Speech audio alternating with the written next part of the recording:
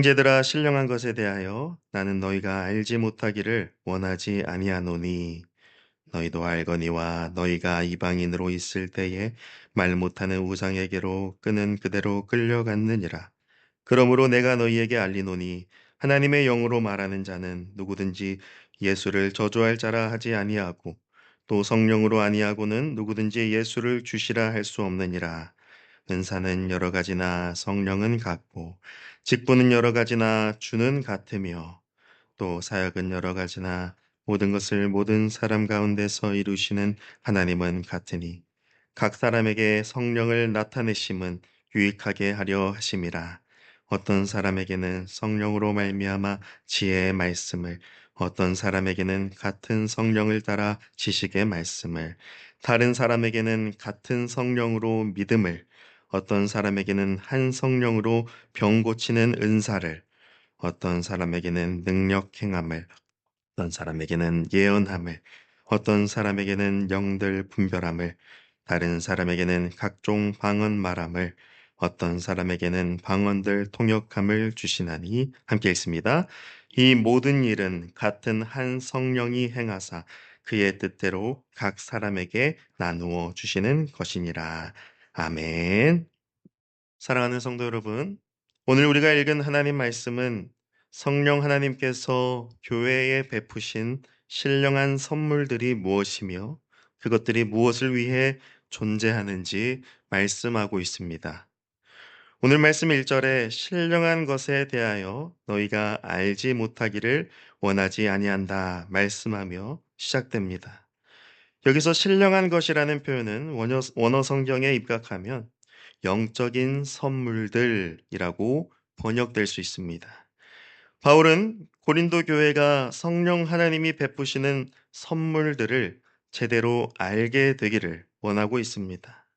달리 말하면 지금 고린도 교회가 성령 하나님의 선물들을 제대로 알지 못하고 있다는 말씀입니다. 성령 하나님이 베푸시는 선물들을 잘못 이해하는 것은 곧 성령 하나님을 잘못 이해하는 것입니다. 그러므로 바울은 지금 성령 하나님이 누구시며 어떤 선물들을 베푸시는지 알려주고자 하는 것입니다. 2절 말씀에 바울은 고린도 교회가 원래 이방인들이었고 우상 숭배를 행하던 자들이었음을 상기시켜 줍니다. 이러한 고린도 교회의 배경은 성령 하나님을 알지 못하던 그런 이유가 됩니다. 이방 종교들은 영적인 것들을 추구하였는데 그들이 추구하던 영적인 것들은 모두 우상 숭배와 연관된 것들이었습니다. 당시 그리스 로마 신화가 주류를 이루고 있던 문화 속에서 고린도 사람들은 손으로 만든 우상들을 자기들의 신이라 여기며 숭배했습니다. 그들이 추구하던 신령한 것은 바로 그러한 손으로 만든 우상들을 자의적으로 숭배하는 일이었습니다. 그러나 그러한 우상 숭배는 절대 하나님이 말씀하시고 알려주신 신령한 것이 아닙니다. 여호와 하나님께서 말씀하시기를 나 외에 다른 신을 숭배하지 말고 결코 새겨 만들지도 말라 하셨습니다. 그러므로 사람의 손으로 만든 물질적인 것들과 그것들을 숭배하는 것으로는 절대 신령한 것, 성령 하나님을 설명할 수가 없습니다. 그래서 바울은 신령한 것이 진정 무엇인지를 알려줍니다. 바울이 말하는 신령한 것은 3절 말씀에 하나님의 영 그리고 성령이라는 표현으로 나타납니다. 신령한 분이다라는 말씀입니다. 그리고 가장 중요한 것은 바로 그 성령 하나님이 예수 그리스도를 증거하신다라는 겁니다. 성령 하나님은 절대 예수 그리스도와 분리하여 생각할 수 없고 그렇게 해서는 안 됩니다. 성령 하나님을 예수님과 상관없이 생각하는 것은 우상 숭배와 다를 바가 없습니다. 성령 하나님은 반드시 예수 그리스도를 주님이라 증언하게 하십니다. 예수 그리스도를 단지 십자가에 못 박혀 죽은 저주받은 자로 보는 것이 아니라 나의 주인이시며 나의 하나님이라 고백하게 하시는 분이 성령 하나님이십니다. 그리고 그러한 믿음의 고백을 하는 자들이 바로 교회입니다.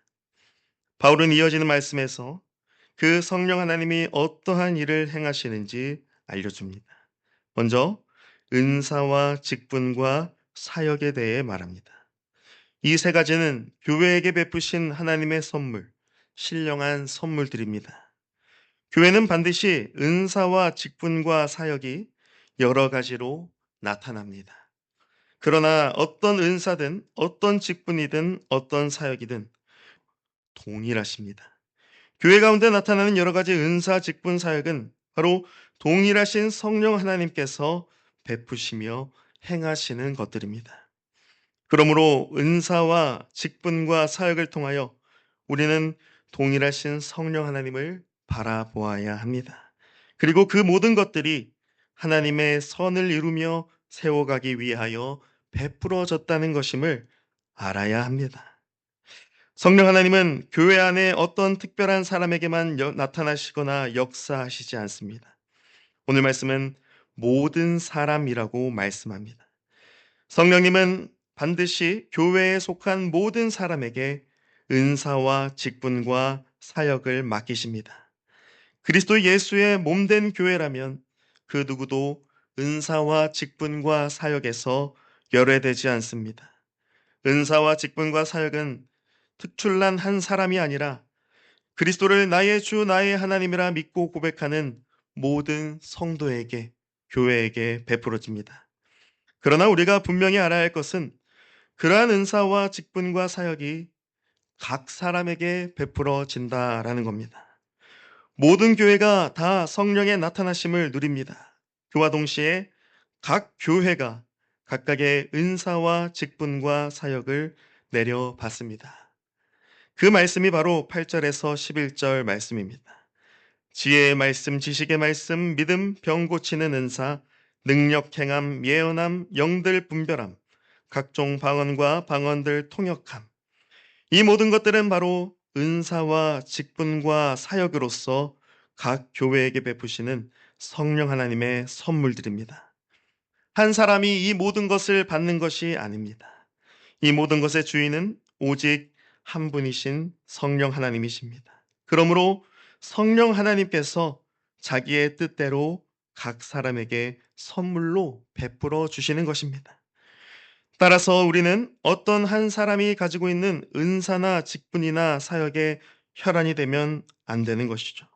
오히려 내게 주신 은사와 직분과 사역을 바로 알고 그것을 하나님의 뜻대로 유익하게 나타내기 위하여 힘써야 합니다. 누구는 이런 은사, 누구는 이런 직분, 누구는 이런 사역 가졌다는 것이 중요한 것이 아닙니다. 그 모든 것들은 그 사람들의 것이 아니라 성령 하나님의 것입니다. 그러므로 그 모든 것을 각 사람에게 그리고 나에게 베풀어 주신 분이 동일하신 주 성령 하나님이심을 알고 오직 한 분 성령 하나님을 바라보며 그분의 뜻대로 드러내며 주님의 몸된 교회를 세워가야 합니다. 11절에서 말씀하듯이 우리는 이 모든 은사와 직분과 사역을 행하시는 분이 동일한 한 분 성령 하나님이심을 알아야 합니다. 앞에 나열된 은사와 직분과 사역은 반드시 성령 하나님께서 행하는 것이지 사람이 대단해서 사람이 뛰어나서 나타나는 것이 아닙니다. 각 사람에게 은사와 직분과 사역이 주어지고 나타나는 이유는 바로 성령 하나님의 역사이며 성령 하나님의 뜻이기 때문입니다. 사랑하는 성도 여러분, 성령 하나님께서 교회에 베푸신 은사와 직분과 사역은 하나님의 영적인 선물들입니다. 우리는 이 모든 선물들을 우리에게 베풀어 주신 성령 하나님께 감사와 찬송을 드려야 합니다.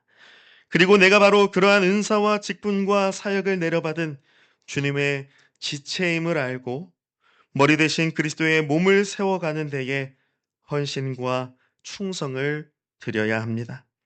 다른 이에게 베풀어 주신 은사, 직분, 사역에 너무 몰두하지 마십시오. 그것들은 모두 사람의 것이 아니라 성령 하나님의 것입니다. 오히려 그 모든 것들을 베푸시고 나타내시는 동일하신 한 분, 성령 하나님을 구하시기를 바랍니다. 성령 하나님은 예수 그리스도를 나의 주, 나의 하나님이라 고백하는 교회마다 은사와 직분과 사역을 베푸시며 친히 행하시며 아버지의 뜻을 이루어 가십니다. 바라기는 우리 광명교회가 이 모든 은사와 직분과 사역을 친히 행하시고 베푸시는 성령 하나님을 구하고 바라보며 주님의 뜻과 영광을 위하여 쓰임받는 교회로 세워져 가기를 주님의 이름으로 축복합니다. 아멘.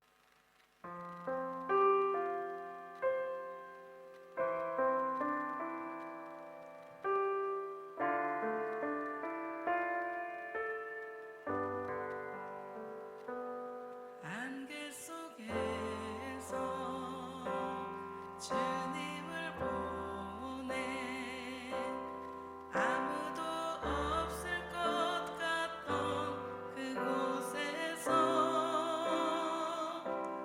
손 내미셔서 나를 붙드네